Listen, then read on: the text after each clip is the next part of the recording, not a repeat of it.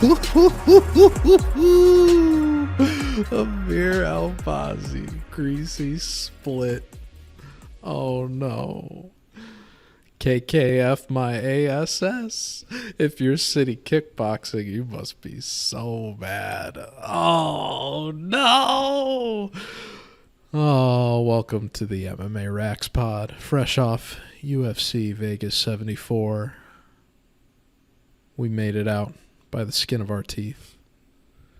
The three-leg parlay actually did not hit because Johnny Munoz got kicked in the nuts, but we did manage to go 5 for 7 on the night and scrape by with the Albazi pick, which didn't end up costing any money, but in hindsight, I'm laughing because I'm sure there's plenty of people that bet Kai Kara France that are upset that came out on the fortunate side of a Mr. Chris Lee decision perhaps in around 4 a year ago. You may recall it was a year ago that Mr. Chris Lee had his fingerprints all over a Guram Kutateladze Damir Ismagulov decision in which he scored round 3 in favor of Mr. Ismagulov in what was the deciding factor. He also, more infamously, later that night, controversially gave round 4 to Josh Emmett in the main event of that fight night. That ended up leading to Josh Emmett getting a title shot and precipitated what was a very unfortunate 2022 for Calvin Kattar.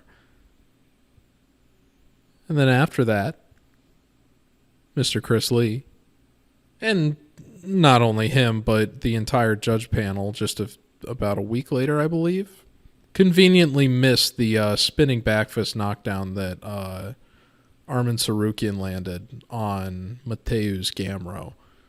That cost MMA Rax a 5-leg parlay hit that we ended up making up at UFC 271, the following event. However, it was at the time a very devastating miss for what it would have been a 5-leg parlay hit in the within the first month of this account's existence. It was hurtful to see. I was swearing Chris Lee up and down that night, even though it was a unanimous decision, so he wasn't the only one that didn't score round 4 correctly. But I look at that, and then I look at what happened with Amir Albazi and Kai Kara France this past week, and I think, you know what?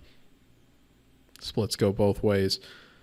It's too bad we can't see the judges far in advance. We usually end up finding out day of.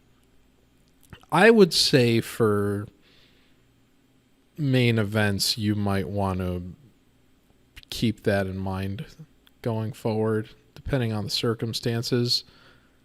I'm someone that always advocates betting after the weigh-ins anyway, but some people like to be value hunters and get out ahead of it at the beginning of the week, and I can understand that. At the same time, line shift, sometimes value becomes more transparent, and I just consider it, because I'm results first, wait and see approach is usually better. So,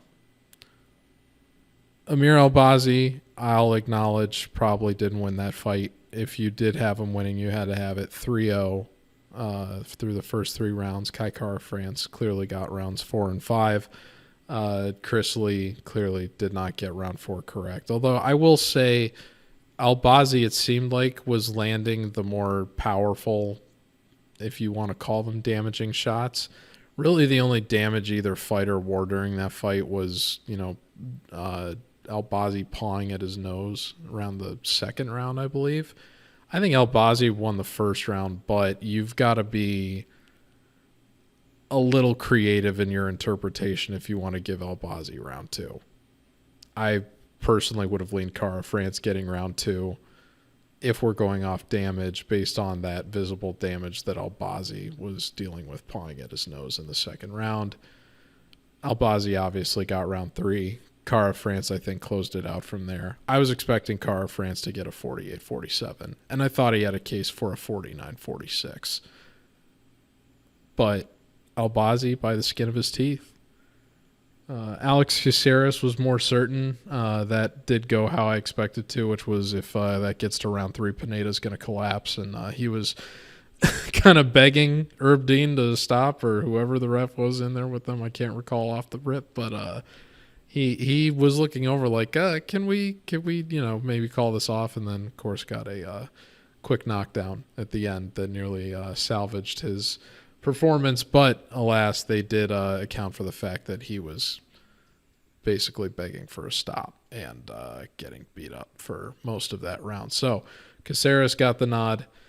It was unfortunate to see Munoz get kicked in the groin multiple times, and I believe he was urinating into a catheter, whatever contraption you want to call that plastic jug he was holding in his post-fight selfie at the hospital. Not great.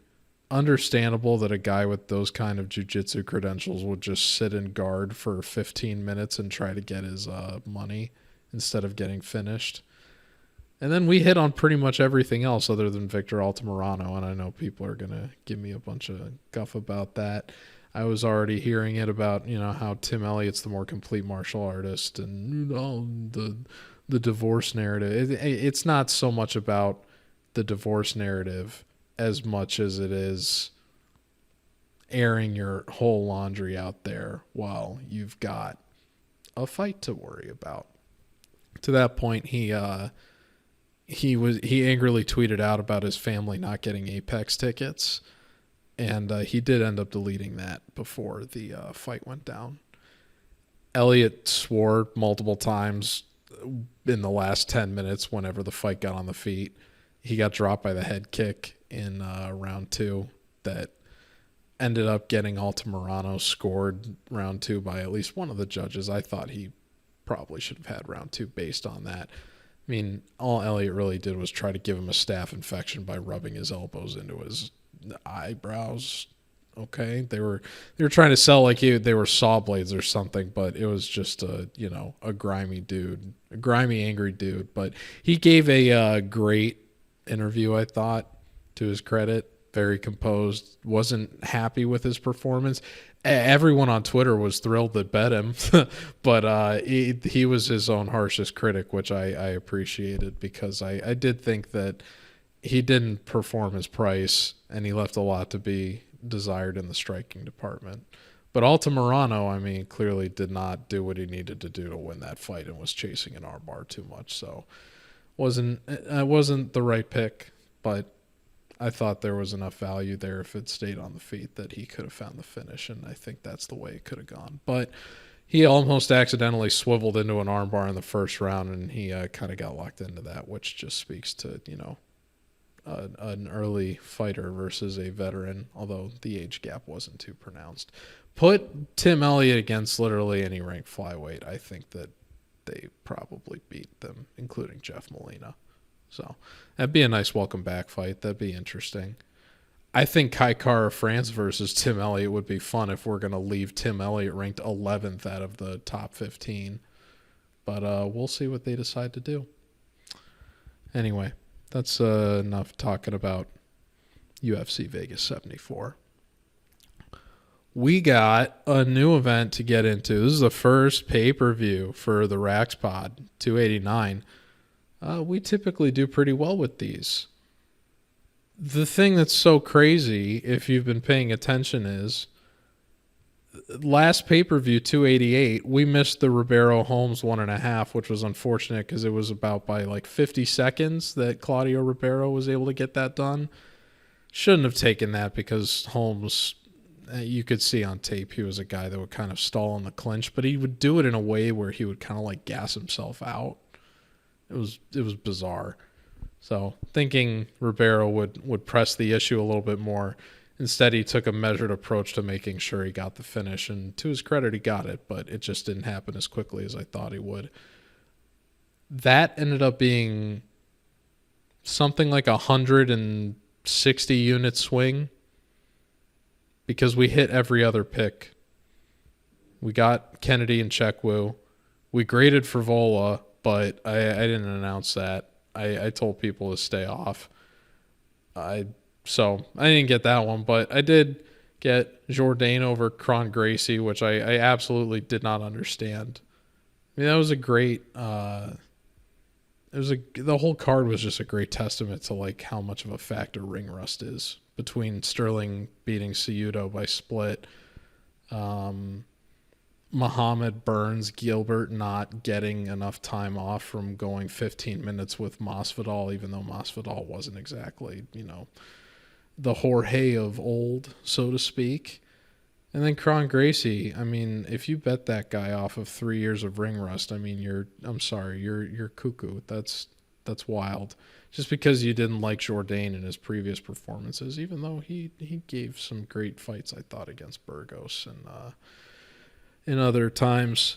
In any event, that very nearly could have been a profitable event for us if had a little bit more confidence in some other picks like Muhammad Burns plus 4.5. But you live and learn. And we've had we're up I think 39.5 units, even though we just had barely that miss with Munoz last week. So we got good momentum going into this, and I'm being better about picking spots now. There's only 7 men's fights this week. I will talk about the main event a little bit too. But in the interest of there only being 7 picks, I'll try to keep these short and sweet. I know I went a little bit over the hour that I tried to keep to last week, but yeah, closer to, I think, 10 picks last week, at least a lot of fights where I gave no plays on. But I was pretty sharp in my assessments of those. I said to side with Blackshear. I said don't bet Malarkey. They mostly played out how I said they were going to. So I am playing every fight this week. I only have 1 hedge on rounds. It is another 2.5 under, but I feel a little bit more confident in this one, given we've got a little bit more tape on both of these gentlemen than Santos and Munoz in the co-main event for this pay-per-view. But before we get there, we have to start from the bottom, and that would be with a Mr. Blake Bilder and a Kyle Nelson. We called Bilder at minus 240 earlier this week. We also called Bilder when he was an underdog at, I believe, around plus 130, fighting an Evan Elder earlier this year. I believe Bilder actually did that as the lead for UFC 284. He was not the lead. He was the second. If you bet Tukugov in that fight that led off the early prelims, my condolences. However, Bilder did go into Perth and beat not Evan Elder, Shane Young. My apologies. In any event, got the win in the debut, looked great doing so. I didn't have him graded as like a big kicker. I still felt comfortable enough to play him just based on the other variables, but he threw 39 leg kicks and he only missed 1. By comparison, Shane Young threw 17, which is a lot, and landed all of them, but still got more than doubled up. He got beat on head strikes too.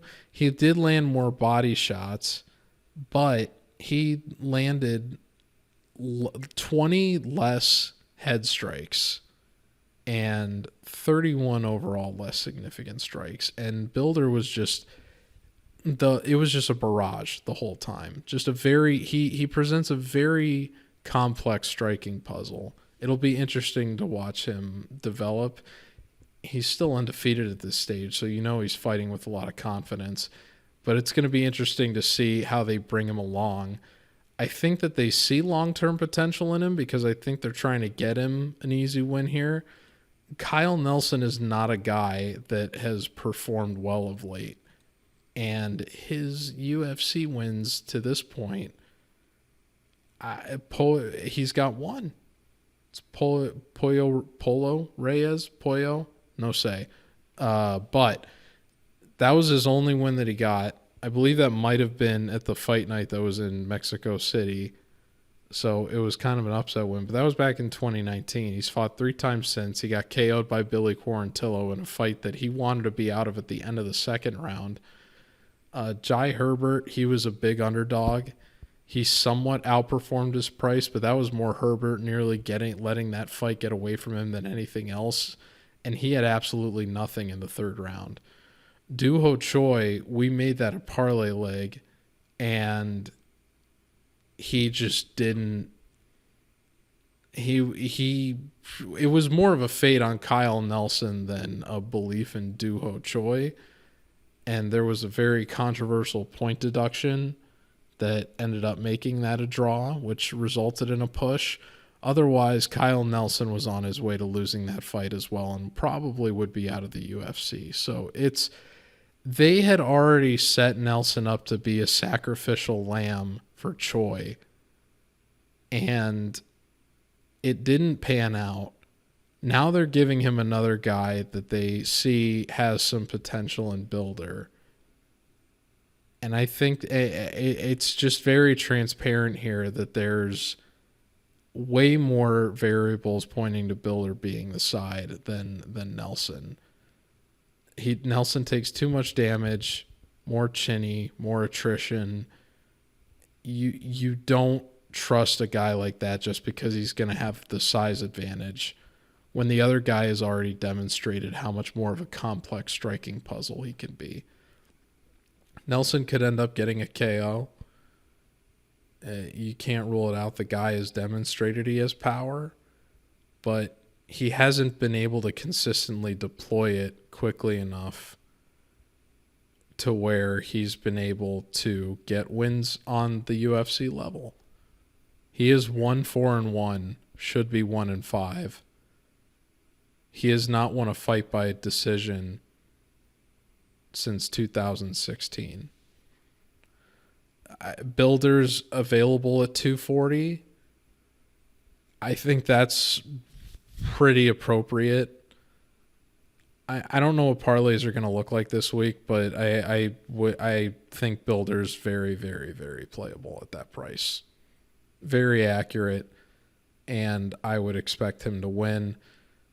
Probably gets a late stoppage. We've seen Kyle Nelson go for about 10 minutes and then kind of fade out. If Builder is throwing that barrage at him again, where he's just constantly getting hit with leg kicks and mixed in body shots and taking too many punches to the head, I don't see him lasting 15 minutes, and I see Builder probably getting a late stoppage. But he may also just opt to play it safe and keep it if he's already up 2 rounds going into the third, might just coast to a victory. But who knows? Maybe Nelson will surprise the Canadian fans and save his UFC career. I don't see it happening against a guy like Builder, though. So that's it for the earliest prelim, I believe. Actually, that fight's not even on the early prelims. The early prelim is David Dvorak and Mr. Urseg. I believe his first name is Steven. Yes. Urseg doesn't have any UFC or Dana White's Contender Series experience, so I won't be betting this fight. However, I do like Dvorak a lot. I did fade him when he fought Mateusz Nicolau last year, and it was one of the best bets that I made. But I do think that he's a guy that is being a bit undervalued here, even at 280, just relative to how the 2 very, very high-level flyweights that he just competed against. So this is a guy who's I believe he's a former professional chess player, and he opted out of that to do MMA. And he put together a pretty impressive, in Croatia, but he came into the UFC. It was looking pretty sharp. So I I'm not going to say go out and bet Dvorak at 280 on the early prelims, but I am going to be rooting for him very hard to get a bounce back win here because he deserves one. That division is competitive. Give Dvorak to Tim Elliott. I bet Dvorak beats him. He probably gets lined as the favorite too. And the age gap there isn't even that significant. It is 5 years, but a guy like Dvorak deserves to be ranked in the flyweight division way more than Tim Elliott at this point. Although maybe Mr. Ursig will make me look foolish for that assumption. Moving on to the next prelim fight, we have Mr. Ariki Long and Zahabi. Ayman Zahabi. Mr. Zahabi has been surprisingly inactive for about 11 months. Not quite a year, just shy of that. He last was the underdog against Ricky Turcios a year ago, and Ricky very famously tried to shout his way to a decision. It did not work. That was a very interesting fight for me from a statistical comp perspective because Turcios had a screaming volume advantage while the defensive advantage for Zahabi was extremely pronounced. So it was really a matter of do you favor offense over defense, and me thinking the fight would go to decision and it will come down to a volume factor. I thought Turcios would be the side. That did not end up being the case. Zahabi really didn't even make it, the fight wasn't competitive. And Turcios got criticized pretty harshly for his performance in wake of it, especially for an Ultimate Fighter winner. And Zahabi, it was a very, very encouraging performance given he hadn't fought in over a year. But he did demonstrate knockout power against Draco Rodriguez. So he's an interesting guy in terms of being defense-based first and extremely solid in that area and having that one punch lights out power where the letting people in on him and then taking them down. There's a lot of guys that like to fight that way in theory, but to be able to deploy it in a way where you're defending over 70% of the strikes that are coming at you, and you've had 4 of your last 5 fights in the UFC go to the third. He's fought 5 times in the UFC, and only 1 time did the fight not go to round 3. And he's defending 70% of his strikes over his career. Very, very defensively sound fighter. That said, he's only been a decision 3 times. Ariki Long is one of these guys who, like, Shaila Nuruddin has had an almost unfathomable amount of regional circuit experience. You see, multiple instances of fights on the same day, within extremely narrow windows, fights that go to decision, stuff that, maybe in another part of the world is not necessarily up to a health code in terms of time off and medical suspensions. However, it speaks to a guy that's been through it, and it speaks to a guy that knows how to manage himself for 3 rounds. The one time we didn't really see that go well for Ariki Long was in his UFC debut, and he got knocked down twice by Jeff Molina and ultimately lost that fight by decision. Then he had to get Cody Durden in the next fight. And while that loss very controversially put Durden in a bit of a hole from a optical ethics perspective because of what he said after the fight, it is a loss that has somewhat aged gracefully for Ariki Long in that Durden has had nothing but really stellar performances since against pretty good competition for their division. This is still a win that Ariki Long needs, he surprisingly hasn't been super active for, the momentum that he had coming off of last year. But he got the knockout against Cameron Else, and then he did beat Jay Perrin, which at the time seemed like a good win, but Raul Rosa somewhat devalued the stock of that a bit, with not only him rather finishing Perrin easily, but then also fumbling away a fight against Christian Rodriguez at UFC 287. So there's Ariki Long's path to victory, I think, is having this go 3 rounds and go to the scorecards. He's never been knocked out, which is very good, but as I alluded to, he did get knocked down twice by Jeff Molina, but that wasn't his debut, and he's managed to do a relatively better job of protecting himself since. That being said, the biggest path to victory for Zahabi is letting Ariki Long try to get in on the volume, figuring out where his vulnerability is going to be with the strikes he's delivering, and then coming back and hitting him with a one shot.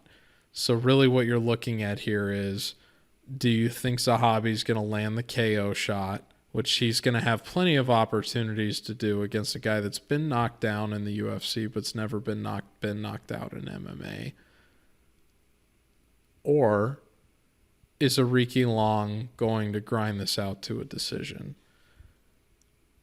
You look at the careers of these guys, they've both been off for nearly a year at this point, so ring rust isn't really much of a factor here in the comparison.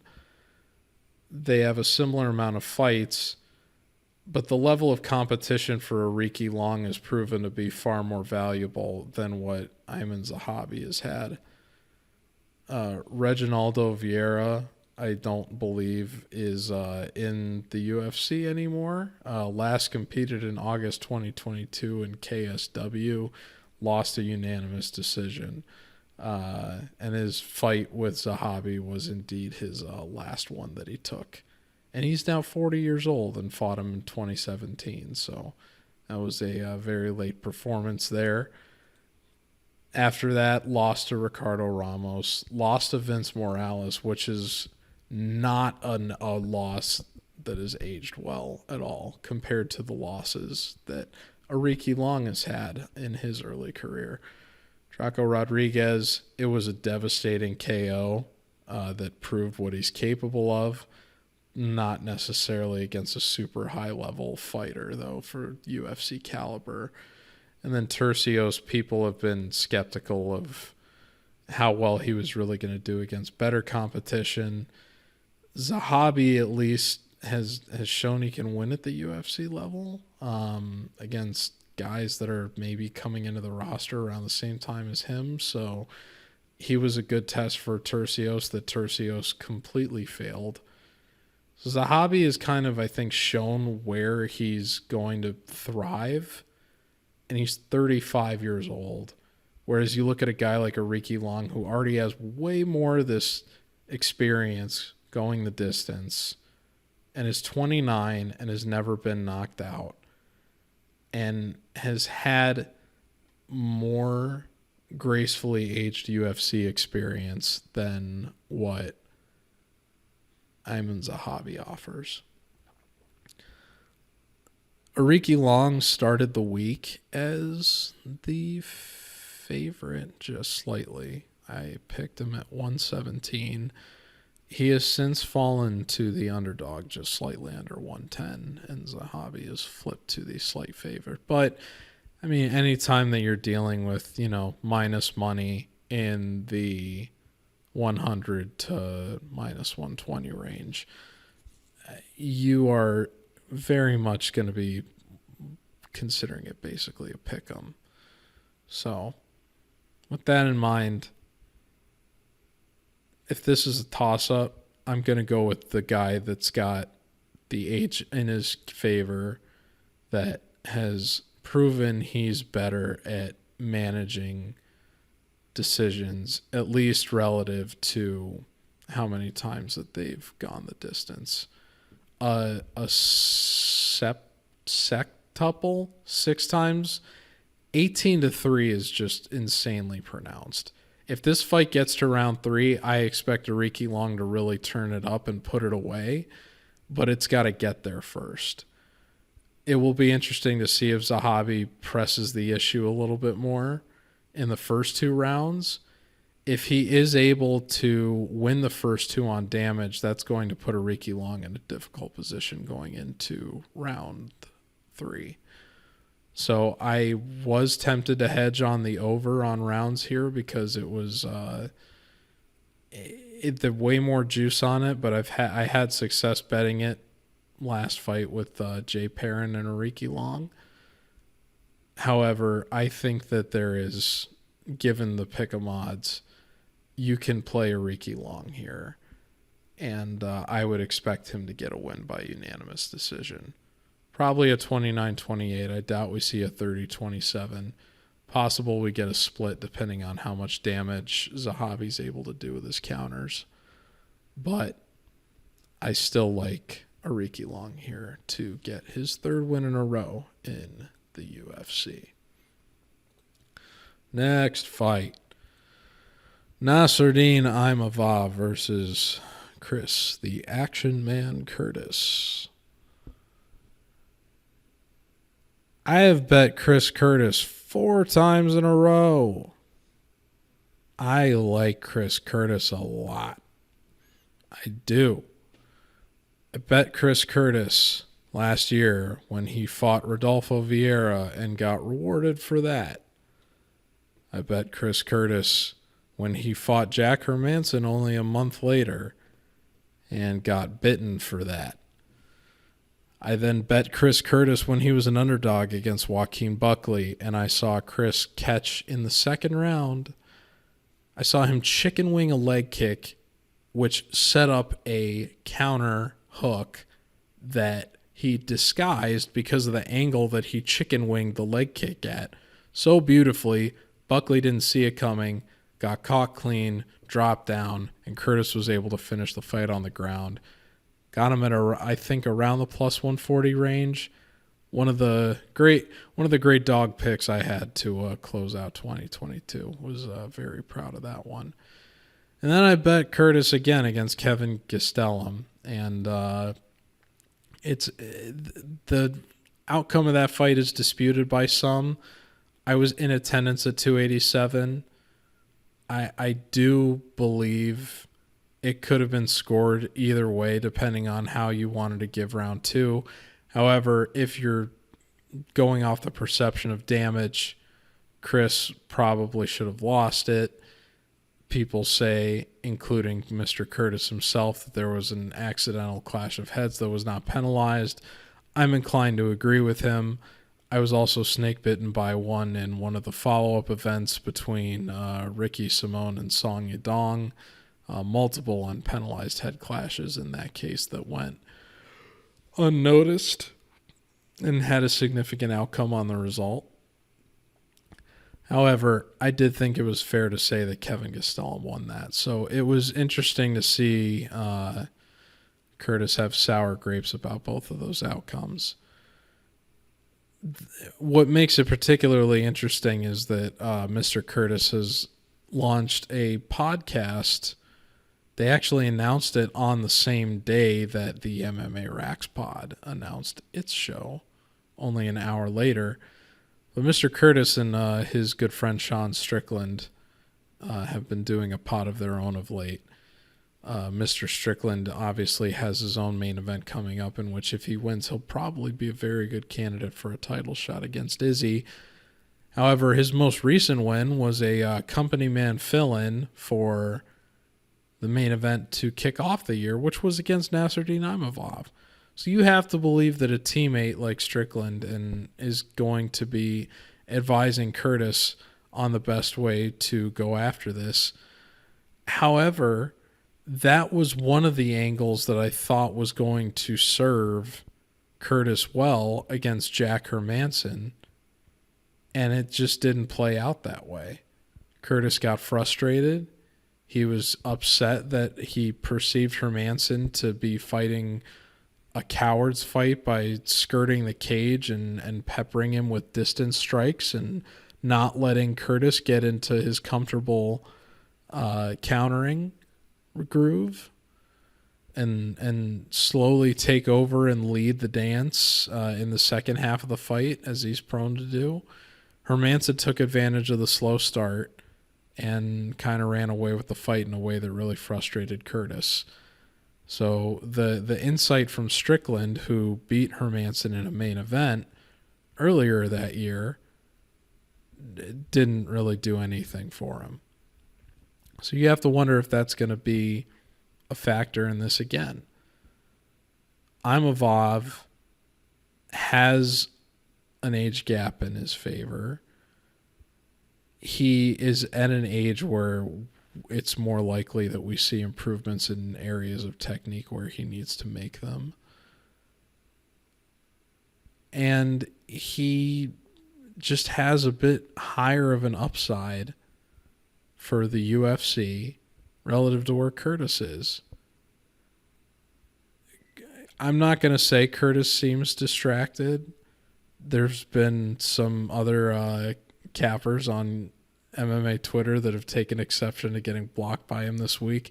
I don't think it's happened to MMA Rax yet, but maybe the account just isn't big time enough and he hasn't noticed. I don't know. However, for the first time in 5 fights, I am going to be fading Chris Curtis. Not as a fade on Curtis, but as just more of a belief that Imavov has a clearer path to victory based on what we've seen Curtis struggle with, and we've seen Curtis characteristically give up round 1. I think that even though Curtis has the advantage if this fight goes the distance, it's too likely that he's going to let the second round get away from him in a fight where the opponent offers more of a lengthy striking puzzle than he's had to experience in the UFC, one that is only mostly as closely replicated by Jack Hermansson, who he had his greatest struggles against. I don't see Imavov making this a grimy fight the way Gastelum did, which made it closer than it perhaps could have been if Gastelum had just stuck with the striking success he had. Hermansson already gave him the blueprint, and I think Imavov is going to give Curtis another frustrating international performance where he's, flipping off his opponent at the end on the way out. Maybe he'll show more composure. Perhaps the nice aura of Canada will rub off on him. But I still expect Imavov to get the job done. I believe he's in around the minus 140 range right now. A bit of juice on him, but I think you can play him at that price. I think that that's fair. So, next fight. Now we're off of the prelims onto the main card. And we get to Marc-Andre Barriel and Eric Anders. Surprisingly, Barriel is the favorite here. He is coming off a win over Mr. Julian Marquez, the one-time date of Miss Miley Cyrus. That is his biggest claim to fame in the UFC. We were looking forward to playing him against Darren Weeks a while back, but unfortunately Mr. Weeks, I believe, fell down the stairs at the UFC Performance Institute a few days before the fight and could not make it to the octagon. So weren't able to play Marquez. He ended up taking another fight at UFC 285 with Barriel. We played the plus 1.5 on that, and it did cash, although we didn't put that in any key parlays in hindsight. Should have had more confidence in that, although it did finish in the second round, even though it was in the final 60 seconds of that frame. In any event, Mr. Marquez's cardio didn't hold up, and Barriel was able to get a finish on him. That was his first knockout in the UFC since 2021 when he fought Abu Azaitar. Only the second knockout he's had in the UFC over roughly, I believe it's 10 fights. That's significant because although you wouldn't expect at face value Eric Anders to have more experience than a guy like Barrel who has 10 fights, Anders has had 15 UFC appearances and one appearance in Bellator too. The guy has been around, and he got a bounce back win against Kyle Dawkins in December. Prior to that, he had a very controversial split decision with Jun Young Park that many believe he actually won. I took the plus 2.5 rounds on that fight that led to a 7-leg parlay hit. So I was very grateful to hedge on the rounds on that, given the split decision. But that ended up being a big win for Jun Young Park. I think that's interesting because that is a fighter that these two have in common that they both went against. In Marc-Andre Barrial's case, I believe it was prior to him getting suspended for PEDs in 2020, so which led to a no contest for his following performance after he fought Jun Young Park in 2019 and lost a unanimous decision. So did not earn a split like Eric Anders. So it's interesting to note that relative to where Jun Young Park was in his career in 2019 and where Eric Anders is now, and Jun Young Park was in 2022 of last year, and how he's had a bit of a surge of late. So a better performance against a fighter that improved relative to a guy who perhaps was going to have a bit of a drop-off in his performance, but has since gone 4-2 in Marc-Andre Barrial since that suspension. In terms of the actual matchup, I do think that there's a lot in Eric Anders' favor here that's being devalued. I already alluded to the experience. I think Anders is at a better camp with Fight Ready. Barrial, in terms of stats, I pointed this out on the pick. The only thing he's really got is volume. So if Anders is able to, make this a mixed martial arts fight and not just allow Barrial to strike for 15 minutes, there's a pretty good chance that Anders is able to pull out the upset here. We saw how much Barrial struggled in the later stage of fights against Anthony Hernandez, and we've seen how chinny he can potentially be against guys like Chidi and Jaquani. So Anders won his most recent fight by KO. He didn't have any KOs in the 2019 was his last KO. So he did have a first round finish then. I'm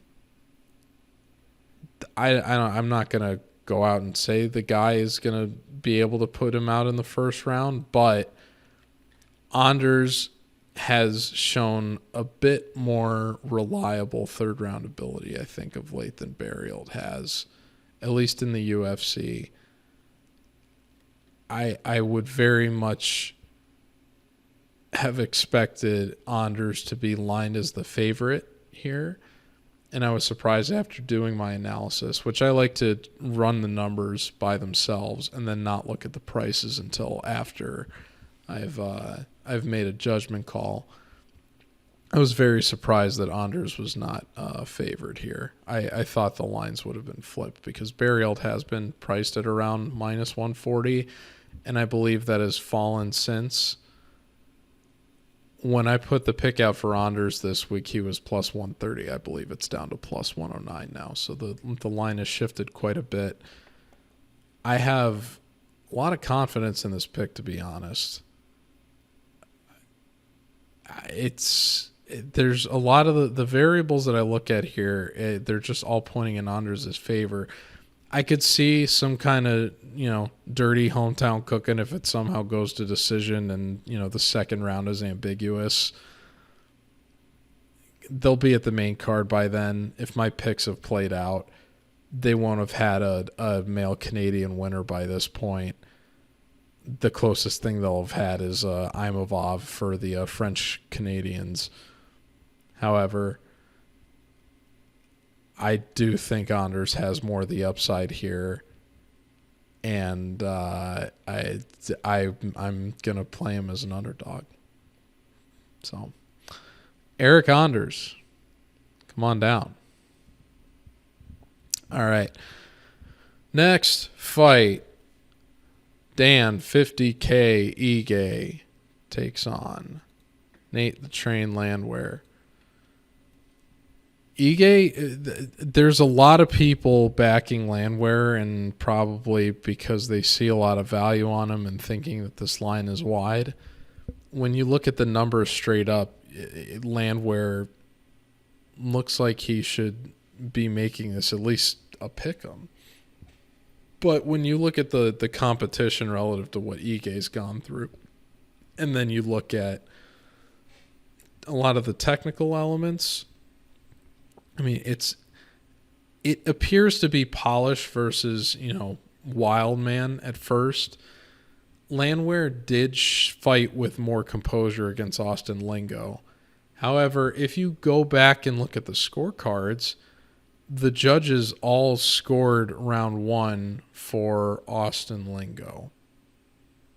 And Landwehr came back and fought a much more measured second round and didn't seem to lose pace or composure or any steam, and was ultimately able to outlast Lingo. Lingo also got kind of an unfortunate face injury, like right as the fight started. It was like an eye poke or something happened with his nose. There was a clash of heads of some sort. He was trying to blink it out for pretty much almost immediately after the opening bell. So it was impressive to see him win the opening round, according to the judges, and get within, he was a plus 220 underdog, I believe. I did play him against Landwehr, and Landwehr didn't end up getting his first submission win. So it was, if you played Nate the Train at, minus 200 against a guy that he lost the opening round to, good for you. But you look at the guy's resume compared to Ige, and there's just too many reasons to be concerned here, I think. I mean, the Erosa fight, it was unfortunate what happened, but that's also arguably the best person that he's faced, and Erosa still finished him. Herbert Burns, that one is just, it's unforgivable. I mean, in light of how Herbert Burns has panned out in the UFC, it's crazy that will end up being his debut for however his career pans out. That he just kind of, fell apart early on and then took a brutal knee KO. So if you want to put him out, you need to put him out with your legs early. He hasn't necessarily been knocked out with his, by fists. But 50K Ige, showed against Damon Jackson. He still got it in terms of the knockout power. He reapplied his 50K persona. I believe he did get a performance bonus. It was one of the nastier, more clean uppercuts you'll ever see.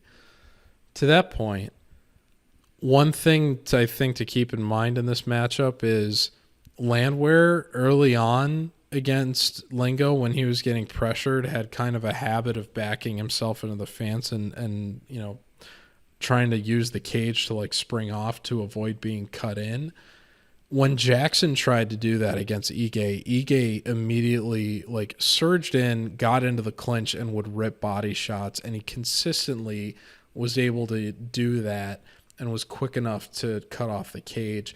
And I think those little technical decisions and those that just built up from experience are really what's going to make the key difference here. Landwehr, this is the biggest step up in competition he's had. He has not had to fight a headliner yet. This is a guy that has headlined. I don't know if Elkins maybe had like one fight night back in the day, but obviously we know, Elkins at this point was just a punching bag, or a bag of blood, depending on, how you want to look at it. A lot of people rooting for Landwehr. It's fine. If he wins, this is obviously a huge moment for him on a main card for a pay-per-view. But Dan Ige showed he's still got a lot left, I think, against Damon Jackson. And the 3 losses he had prior to that were all against pretty top-level guys with far more pronounced grappling advantages than I think what Landwehr is going to have here unless he's able to get some kind of knockdown. And Ige's never been finished. So I think given the late fight experience, the UFC experience, the one-shot power, and just a bunch of other little technical variables, Ige's appropriately lined at 260.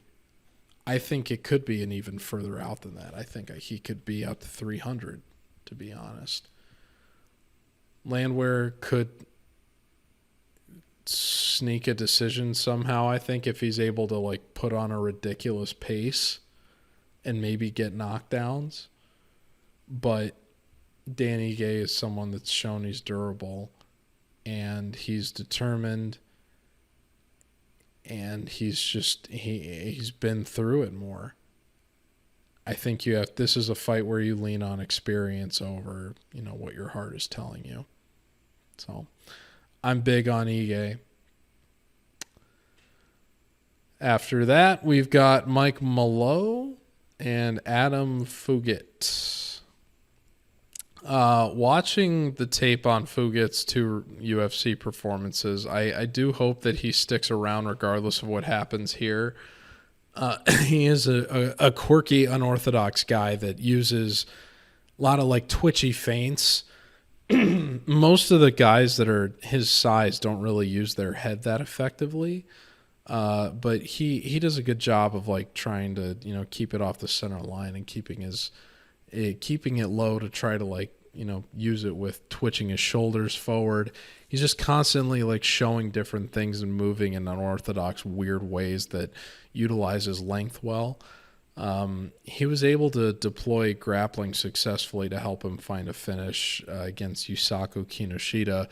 But when he got his grappling or in a position to potentially apply it after securing a trip takedown against Michael Morales in his fill-in fight, that was his UFC debut, he ended up giving up the position because the broadcast team identified he made a mistake when he was trying to advance, and Morales was able to capitalize and get up. Mallow is not going to punish mistakes like that if this fight goes to the ground. Fugit needs to... I'm sorry, I know that isn't how you say the name, but I just couldn't help myself. Fugit needs to keep the fight standing the whole time, and I think he'll have a pretty decent chance if he does that. But Mallow is sharp, and he's the biggest favorite on this card fighting abroad in Canada. They are putting him on this card because they want a guy with that kind of profile to help grow the brand of the sport in the country. He gave if you watch his post-fight interview against Johan Lyonnais, who's a fellow Canadian, it was all about promoting the brand of Canadian MMA. And that's very good for the UFC long-term, business-wise. They want to see that happen. So even if this ends up being some kind of weird 15-minute striking battle where Fugit is able to give Malo a lot of problems because the fight isn't hitting the ground and his takedown defense holds up, I could still see hometown cooking swinging in Malo's favor. But this fight hits the ground at all. Fugit, I don't think is going to be able to keep up with Malo down there. And I think Malo is going to be able to really build separation in that facet. So I expect Malo to be careful about choosing his shots early before, getting in. Fugit has shown he likes to initiate some clinch work and really try to get underhooks. He does not want to get close to Malo in this. If Malo's able to get in on him and bring it to the ground, it's going to be bad news. If he does end up trying to do that, though, because he's shown a desire to do that as a Muay Thai-based guy, Malo, I think, is going to be able to find his own takedown opportunities and punish him when the fight hits the floor. So there's more paths to victory for Malo here. Fugit, it's possible for him to get a finish, as it is for pretty much any fighter. But Mike Malo here, more paths to victory, more upside fighting locally. I think you got to make him the side. So that will be it for that. And now we go on to the co-main event, which is Beneil Dariush and Charles Oliveira. Now, I have to be honest here. There's a heavy amount of bias here for me in this because Charles Oliveira is my hero. One of my heroes, at least. But he's my favorite fighter on the roster. I was very fortunate to be raised by two hardworking parents in the United States. And so I have a lot of admiration for someone who was born to illiterate ones in the favela. What that guy has accomplished with almost nothing speaks to the incredible things that someone can do in this sport and what someone can make themselves out of from basically ashes. He's an incredible person, an inspiration, one of many in this roster and throughout the history of mixed martial arts, but the guy does not have, I think, nearly the platform that he deserves. And I factor all of that heavily into my betting analysis here, which is why I've decided to hedge on rounds because, listen, I bet Oliveira emotionally against Makhachev. I shouldn't have done it. It was not the right decision. The numbers were screaming Makhachev. I willed my technical analysis to convince that Oliveira was going to do what many doubted he would be able to, and he somewhat predictably got club and subbed. It's kind of a very easy blueprint now for beating him as he gets older into his career and all his attrition starts to add up. That's not a good, obvious path to have to victory against a guy like Dariush. I cannot bet against my hero, and so I will not bet Beneil Dariush. If you would like to play the Beneil Dariush money line yourself, I think that you can probably get pretty good value on that. However, I do think from a results perspective, the -2.5 here is a pretty sure thing. Dariush has a very clear path to victory, I think, by dragging this fight to the distance. You see he's had not only more than double experience going the distance, but also better success in the final round of fights. However, it is worth pointing out that if Oliveira even manages to win this fight in any fashion, Charles will not have lost a fight by decision in over a decade, although he doesn't get there very often. Both of these guys have expressed kill or be killed mentality going into this thing. Charles is a guy that is consistently going to try to put the fight into the fire. Dariush is a guy that is willing to wade through that and has had success doing so previously. This is a very rare circumstance where you have a 2.5 under as the most closely lined underplay. But you also have two fighters that have excellent credentials in not only striking finishing ability, but also submission finishing ability, combined with weak chins on each side. It's possible Charles catches Dariush early. It's possible that they go into the fire the second round and the same thing happens. But there are more ways Dariush pulls this out, I think, than Oliveira has. So if you want to play Dariush, in the random event that he decides 10 minutes of war was crazy enough and he'd rather just secure a decision win than finish Charles to ensure that he gets his title shot, I think that you can play the Dariush money line. But I'm not going to bet against my hero. I'm going to assume one of them finishes the other, as they've been alluding to all week, and that they get it done within the first 12 and a half minutes. So that is my read on all the men's fights. I want to thank you for tuning in to the first UFC pay-per-view edition of the MMA RAXPOD. We will be back once again next week. I will try to adhere to this publishing time of 4 p.m. Eastern.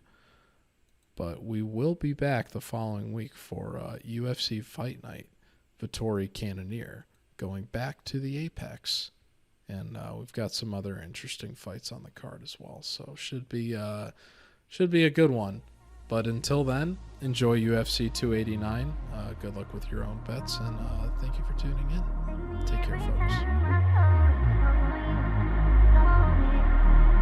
I do, take me every time I fall.